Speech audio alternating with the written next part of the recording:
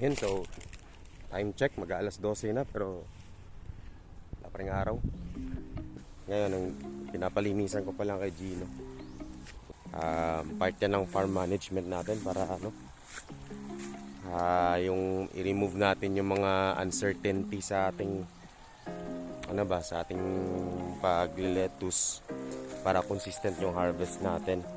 Kasi masakit kapag wala tayong harvest due to fungus or due to mga thrips, and malaking loss din kasi, and kailangan natin makarecover. Shout out pala and big thanks sa Sugbo Hydroponic growers dyan, no? So mga kagrupo po natin, kay Ma'am Kat, kay Sir Ralph, Sir Mark, Sir Renovel, Sir, ang dami, hindi ko na maisa-isa, no? Pero lahat ng nasa Sugbo Hydroponics growers.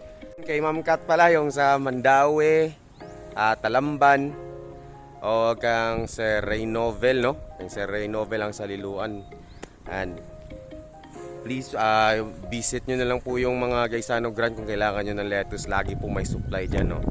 And kang Sir Ralph naman sa Mindanilla o sa Talisay. Then sa amin naman yun dito sa Karkar. So ayun. And marami pa pong mga grand na mga Gaisano Grand dyan na mayroong mga lettuce supply. So bisitahin nyo na lang po.